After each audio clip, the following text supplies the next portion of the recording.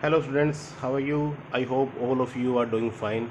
Today we are going to start our new lecture with few numericals from chapter motion. अब हमने कोशिश की कि उस चैप्टर से जो एक्सरसाइज के क्वेश्चन थे उनको एनसीईआरटी के। अभी एक चीज़ और आपको पता होगा, एग्जाम्पलर में क्या होता है, कुछ ऐसी प्रॉब्लम्स दी होती हैं जिसमें थोड़ा सा आपको ज़्यादा सोचना पड़ता है। तो हम लोग उसके बारे में बात करेंगे आज कि कौन कौन से टॉपिक हैं, कौन कैसे कैसे क्वेश्चन आते हैं। तो इसके क्वेश्चन भी हम लोग सारे लगाने की कोशिश करेंगे धीरे धीरे करके। तो हम बात करते हैं पहले हमारे चैप्टर मोशन के अंदर न्यूमेरिकल की, ठीक है। तो इस पर्टिकुलर उसके अंदर आपके पास सबसे पहला क्वेश्चन है कि ए particle is moving in a circular path जिसका रेडियस कितना है r। ये आपको r रेडियस का एक सर्कुलर पाथ है। जब वो कह रहा है कि उसने हाफ साइकिल पार कर लिया, हाफ सर्कल पार कर लिया, यहाँ से लेकर के यहाँ तक आ गया, तो पूछ रहा है कि डिस्प्लेसमेंट कितना होगा। ऑप्शन आपको दिए हैं 0, पाई r, 2r, 2πr। आपका क्या मानना है डिस्प्लेसमेंट? अपोज करके सोचिए क्या ऑप्शन इसका हो सकता है। अब आई होप कि आपने ट्राई किया होगा। इसका आंसर आ गया आपका सी बोले तो सी माने 2r। कैसे? देखिए, आप यहाँ से लेकर के यहाँ तक गए। डिस्प्लेसमेंट क्या होता है, अगर मैं आपको थोड़ा सा टेक्निकल बताने की कोशिश करूँ, डिस्प्लेसमेंट क्या है? Change in position. Change in position, भाई पोजीशन में कितना चेंज आया है, वो चीज़ यहाँ थी। आपने डिस्टेंस तो ट्रैवल किया, अगर कोई डिस्टेंस पूछता कितना ट्रैवल किया, तो डिस्टेंस होता आपका ये वाला रास्ता जितना आपको टोटल पाथ करना पड़ा ये, तो ये कितना होता पाई इंटू आर, क्योंकि आधी सर्कमफ्रेंस ले लेते हैं। लेकिन डिस्प्लेसमेंट की बात करेंगे तो final point minus initial point के बीच का डिस्टेंस, ये सबसे छोटा डिस्टेंस आपको कैलकुलेट करना है इन दोनों पॉइंट के बीच में। तो सबसे छोटा डिस्टेंस ये तो नहीं है, ये है सबसे छोटा डिस्टेंस। तो ये आप जब देखेंगे तो ये कितना आ जाएगा 2r। तो आपको हमेशा डिस्प्लेसमेंट जब भी कैलकुलेट करना हो तो आप फाइनल पोजीशन देखिए कि पार्टिकल कहाँ जाकर के रुक गया और कहाँ से चला था। उन दोनों के बीच में आप एक लाइन खींच के देखेंगे। हमने क्वेश्चन इसके बारे में किए भी हैं क्लास में, तो इससे जुड़े हुए आप हमेशा आपको एक चीज़ देखनी। जैसे फॉर एग्जांपल आप यहाँ से चले, आप यहाँ गए, फिर आप यहाँ मुड़ गए, फिर आप यहाँ मुड़ गए, फिर आप यहाँ मुड़ गए, और फिर आप यहाँ चले। अब आपसे पूछे कि डिस्टेंस कितना है, तो डिस्टेंस ये लेंथ होगी, मान लेते हैं 3 है, ये 2 यूनिट है, ये 3 यूनिट है, ये 2 यूनिट है, ये 1 यूनिट है। तो आपसे पूछे कि डिस्टेंस कितना ट्रैवल किया, 3 + 2 5, 5 + 3 8, 8 2 10 और 1 11। तो 11 यूनिट का आपने डिस्टेंस कवर किया। लेकिन अगर कोई डिस्प्लेसमेंट पूछे आपसे, तो आपको क्या करना है, इन दोनों पॉइंट्स को जोड़ देना है और आपको ये डिस्टेंस पता करना है, ये वाला डिस्टेंस। तो इसको पता करने के लिए हम लोग वैसे जनरली पाइथागोरस लगा सकते हैं। 3 + 3 6 और 1 7, तो ये आ गया आपका 7 यूनिट। और ये हाइट कितनी है, 2 + 2 4 यूनिट। तो आप पाइथागोरस लगाओगे और आप इसका डिस्टेंस निकाल लोगे, कितना आ गया 49 + 16 अंडर रूट, यानी कि 65 अंडर रूट 65। ये आपका डिस्टेंस आ गया यूनिट। डिस्प्लेसमेंट, सॉरी डिस्टेंस कह रहा हूँ, डिस्प्लेसमेंट। तो इस तरीके से आपको हमेशा निकालना है, दो पॉइंटों को जोड़ देना है, चाहे कहीं भी हो। पोजीशन आपको देखनी है कि फाइनल पॉइंट कहाँ पहुँच गया, वो जो लाइन का दूरी आएगी वो आपकी क्या हो जाएगी, डिस्प्लेसमेंट। अब अगर इसी को क्वेश्चन को आगे बढ़ाएं, ये आप पूरा साइकिल घूम करके अगर इसी पॉइंट पे आ जाएंगे, तो एक पॉइंट की खुद से दूरी कितनी होती है, 0। किसी पॉइंट की दूरी खुद से कितनी होगी, 0 होगी, तो डिस्प्लेसमेंट कितना हो जाएगा, 0 हो जाएगा।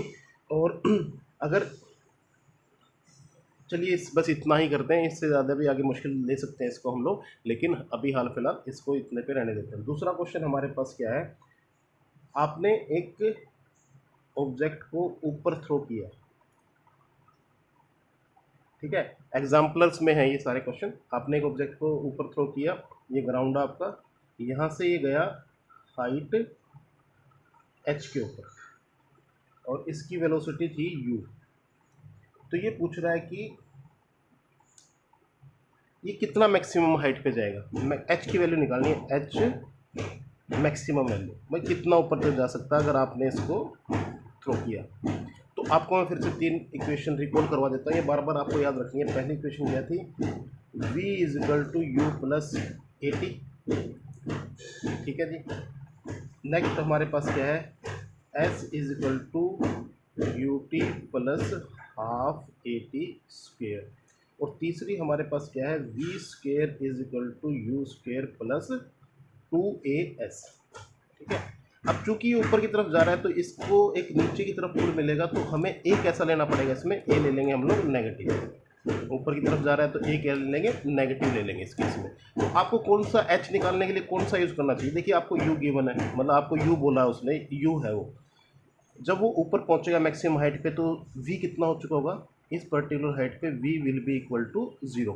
तो आपको कौन सी इक्वेशन यूज करनी चाहिए, a की जगह क्या दिया हुआ है, g दिया हुआ है। a कितना है, g की वैल्यू कितनी होती है, 10 मीटर पर सेकंड स्क्वायर, या फिर अप्रोक्सीमेटली इसको ऐसा बोल देंगे, और एग्जैक्टली के करीब पूछे तो 9.8 मीटर पर सेकंड स्क्वायर, ऐसी कुछ वैल्यू इसकी आती है। तो अब हमें ऑप्शन दिया है, देखिए कि कितनी मैक्सिमम हाइट होगी, तो कौन सा यूज़ करना चाहिए। देखिए मेरे पास v गिवन है, u गिवन है, a गिवन है, s निकालना है मेरे को, यानी कि h निकालना है। h वर्टिकल हाइट को s, इस इक्वेशन का यूज़ करके हम लोग s निकाल लेंगे इसमें से। तो इसको कैसे करेंगे, जब ये हाइट की बात करेंगे तो s को किससे रिप्लेस कर देंगे, h से, इन इक्वेशंस में। तो अब देखिए v 0 था, ये आपको यूज़ कर दिया हुआ है, माइनस के ले लूँगा, g लेना है माइनस का, 2g इंटू एस, इधर ले आता हूँ, या h लिख देता हूँ इसको, तो h लिख देता हूँ, तो इधर ले आता हूँ 2gh is equal to U square. तो आपके पास क्या आ गया, ये h की वैल्यू, h कितना आ गया, यू स्क्वेयर बाई 2g। तो आपने इस तरीके से h निकाल लिया, तो ऑप्शन क्या होगा इसमें, ऑप्शन हो जाएगा आपका b। पहले वाले में क्या था, c, दूसरे वाले में b। आपको सिर्फ आंसर जब भी करना होता है इन क्वेश्चंस का, तो आपको सिर्फ ये लिखना होता है कि a आएगा या b आएगा, ठीक है, या सी आएगा, डी आएगा, जो भी है। अगला आपसे पूछा है कि डिस्प्लेसमेंट बाय डिस्टेंस, ये जो रेशियो है ये क्या क्या हो सकता है। ठीक है, तो आपको हमेशा एक बात करनी है, डिस्टेंस हमेशा या तो ये बड़ा होगा डिस्प्लेसमेंट से, या इक्वल होगा। क्या होगा, या तो बड़ा होगा या इक्वल होगा। जब इक्वल होगा तो ये रेशियो कितनी आएगी, 1 आ जाएगी। ठीक है, और जब ये इक्वल नहीं होगा तो इसका मतलब डिस्टेंस बड़ा होगा, तो ये रेशियो कितनी आ जाएगी, 1 से छोटी हो जाएगी। ठीक है ना, ये रेशियो आपकी r मान लेते हैं, इस रेशियो को r इज इक्वल टू 1 होगा तब, जब नहीं तो क्या होगा, लेस देन 1 होगा। तो इसको कैसे लिखते हैं, r will be equal to less than equal to 1।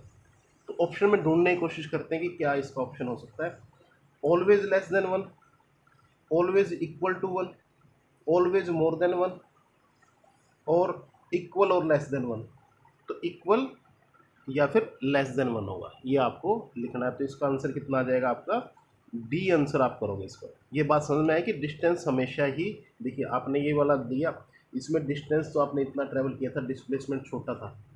जब आप पूरा चक्कर घूम के आओगे तो डिस्प्लेसमेंट तो जीरो हो गया, लेकिन डिस्टेंस तो खूब सारा बड़ा था। तो आपको हमेशा ये बात याद रखनी है कि डिस्टेंस हमेशा या तो बड़ा होगा या डिस्प्लेसमेंट के इक्वल हो सकता है। इक्वल कब होगा, जब आप सीधी लाइन में चलोगे, आप पॉइंट ए से बी पे आए, बिना मुड़े यहाँ से यहाँ तक पहुँच गए आप इस सीधी लाइन में, तो इन दोनों केसेस में क्या होगा, डिस्टेंस और डिस्प्लेसमेंट दोनों आपके क्या हो जाएंगे, सेम हो जाएंगे। ठीक है भैया, इससे नेक्स्ट हम लोग बात करते हैं ग्राफ के बारे में। बताया मैंने, पहले हम लोग इसको यूज टू हो लेते हैं अच्छे ढंग से, फिर हम सेशन लेंगे ग्राफ्स के रिलेटेड कि ग्राफ कैसे हमें कंस्ट्रक्ट करने होते हैं। तो उसके बारे में पहले हम लोग बात कर लेते हैं इसकी।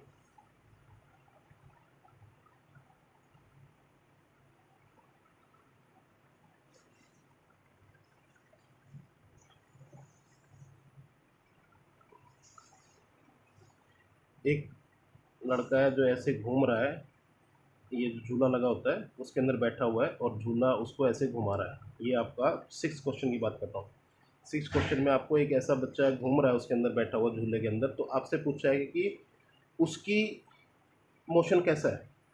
तो जैसा मैंने बताया, जब भी आप सर्कुलर मोशन करते हो तो हमेशा आप डायरेक्शन बदलते हो, और डायरेक्शन बदलने का मतलब है आप हमेशा क्या कर रहे हो, एक्सेलेटेड होते हो। तो आपको ये बात याद रखनी है, जब भी आप घूमोगे तो आप एक्सेलरेटेड मोशन में होते हो। ये आपको बात याद हमेशा रखनी है। कि आपका मोशन कैसा होता है, एक्सेलरेटेड मोशन होता है जब भी आप घूमते हैं। ठीक है, तो इस तरीके से आप इसको 6 क्वेश्चन हम कर चुके हैं। उसके बाद हम लोग बात करेंगे, हमें ये सारे क्वेश्चन करने हैं इस पूरे के पूरे के, तो देखेंगे 2-3 लेक्चर में 24 क्वेश्चन है टोटल, ये हो जाएंगे कंप्लीट जितने हमें करने रहेंगे। Thank you very much. हम कल अगर नेक्स्ट लेक्चर में बात करेंगे इसके रिगार्डिंग। Thank you.